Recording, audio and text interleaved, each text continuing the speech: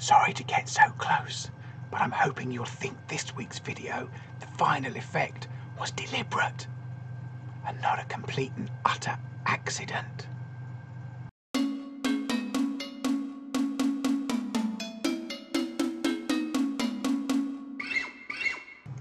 Hello and welcome to this week's video.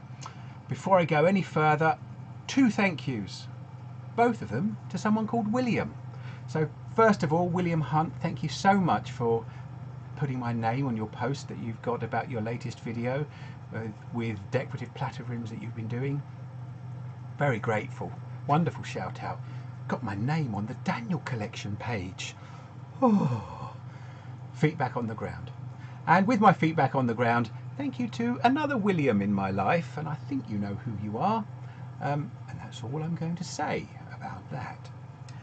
This week's video could almost be called the Serendipitous Platter Rim, but that's a bit of a mouthful. Anyway, hope you enjoy the video.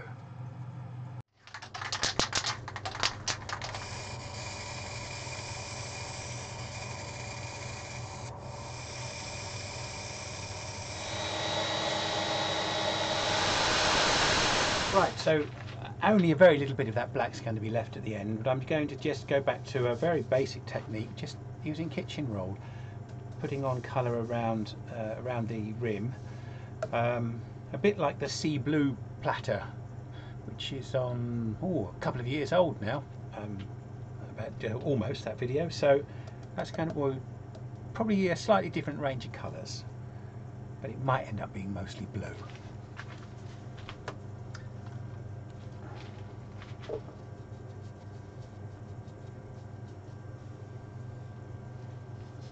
Just going round the rim just to give an even edge there, because it would look a bit odd if it's different colours.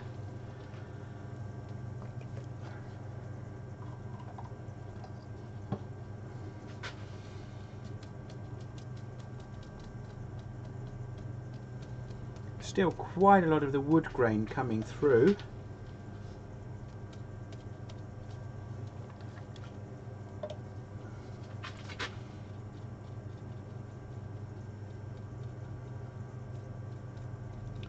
Right, got to leave that to dry before I come over with the next coat. So I'm going to give that, because there's quite a lot of stain on there, I'm going to give that quite a few minutes to dry off.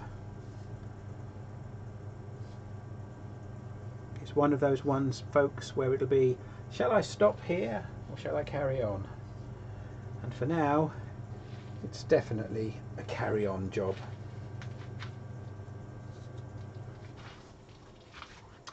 Right, that's had quite a bit of time to dry, so we go back to the starting colour, the royal blue. And I'm trying to keep some of the grain, but not as pronounced as it is at the moment. It's a bit too much for my liking.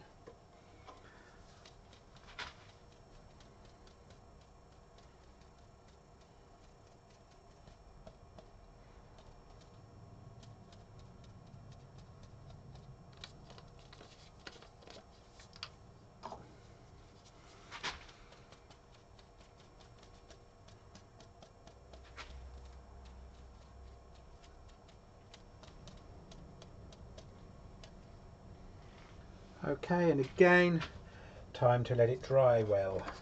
But you should be able to see there's less of the grain, particularly down here and up here.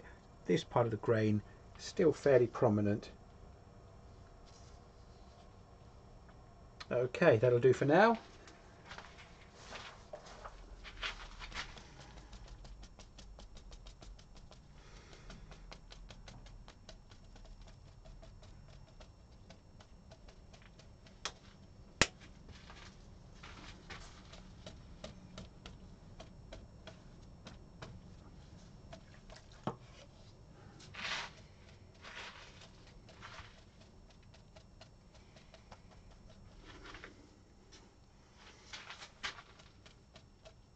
Right, nearly there.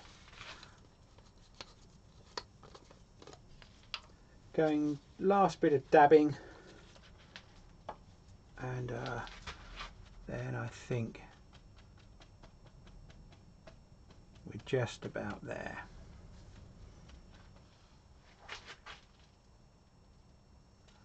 Now I'm going to leave this overnight to dry before I think about sealing it, because unless the colour is very, very dry, the acrylic sanding sealer can make it all run a bit again.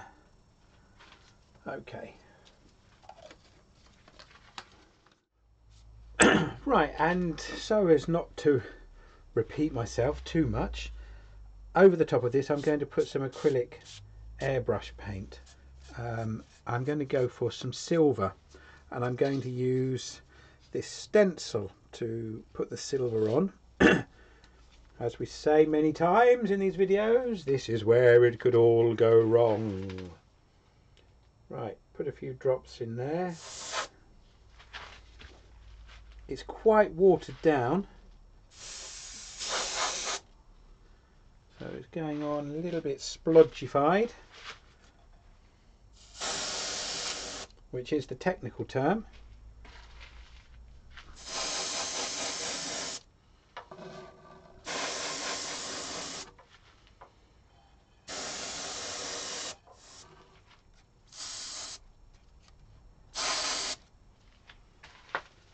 Bit messy, but quite effective. Certainly takes it beyond just the spirit stain look. Not that there's anything wrong with just the spirit stain look. There are some parts of the stencil, a bit wider spaces, and some with small little holes in, so I'm going to just use this bit to put a bit more little detail in places.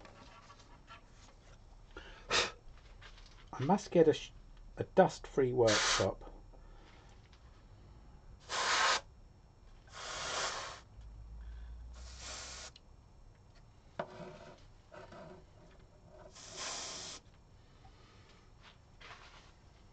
And because I use two different mixes of the colour, I've got slightly different concentrations of it in some parts. And that's making me think that actually maybe I need another colour at work here. You can never have enough colour, but you can always have too much. If that makes any sense, someone please explain it to me.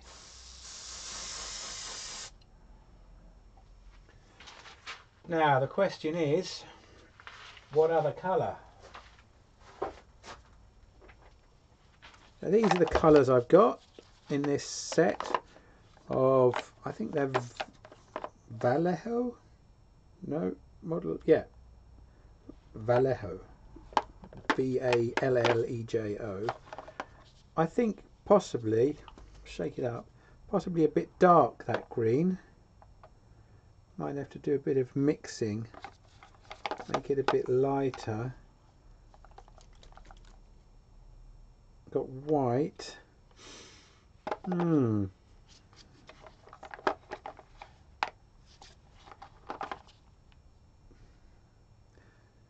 I don't think gold.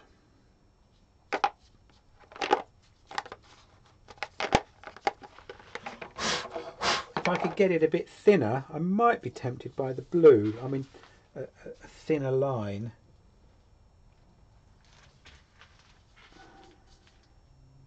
I mean, some of the effect, I like it over here, but it does look a little messy.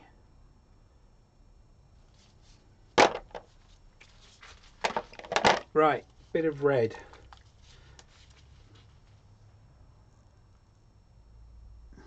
And this really is a very strong red, little bit of thinner, because although these are pre-mixed, I do find they're a little thick. I guess.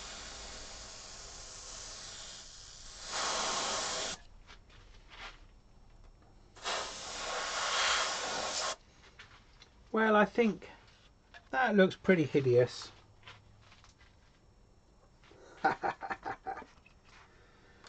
And I haven't put enough in.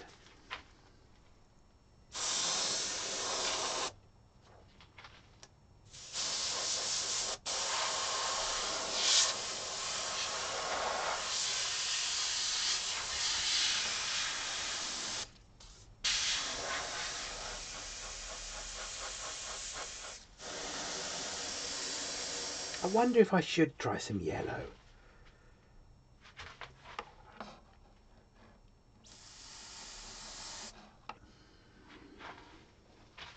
Alright, just to give you a bit of a closer look at it, this is where we are at the moment. And this is the bit that got a bit mucked up really. Over here, probably the nicest. There's only really a very few places coming through where you can actually see the blue that was underneath it. But the build-up of the different layers and stencils, if you look closely, can be seen. It still possibly is going to look a hideous mess. But I am actually going to go on and put some finish on it, I think, after I've cleaned up a bit.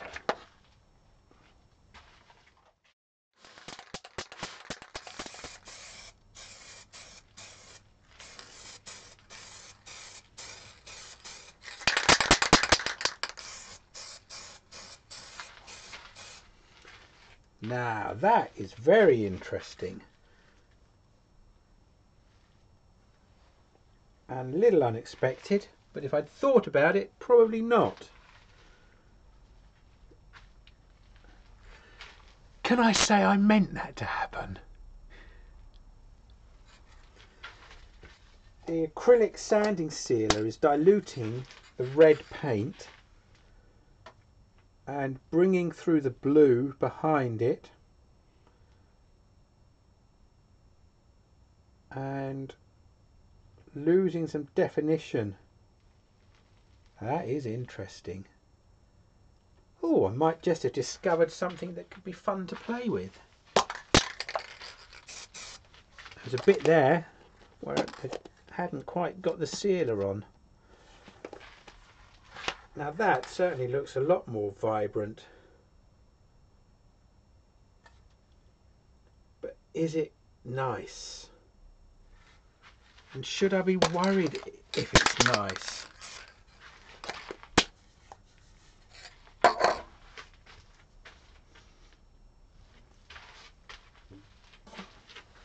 I want to tip it up and show it to you, but it's not dry enough to do that yet. Okay, time for a bit of lacquer. First coat going on. Still a bit cold in here. It's up to about 11 degrees over the far side of the workshop. Oil-filled radiator. It's a lot warmer this side, so hopefully it'll dry.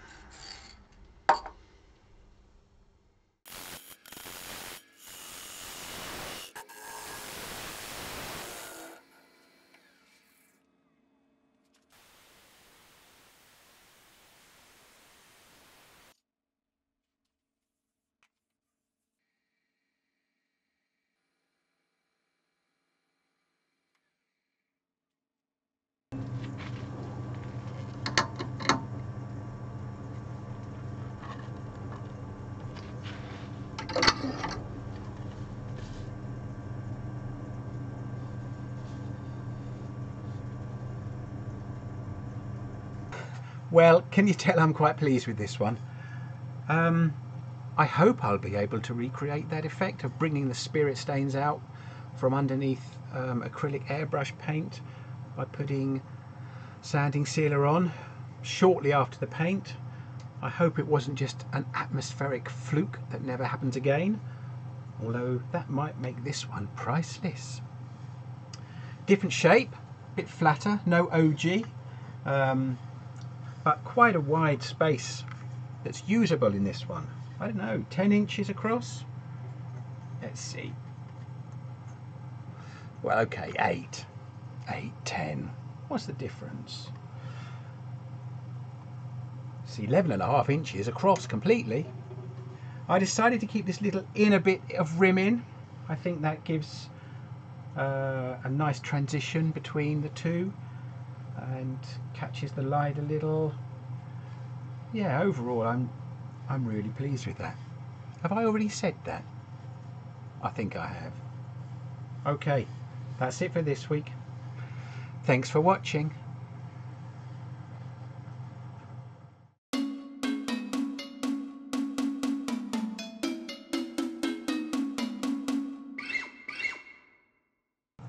It's such a very natural activity, wood turning and sanding and more sanding.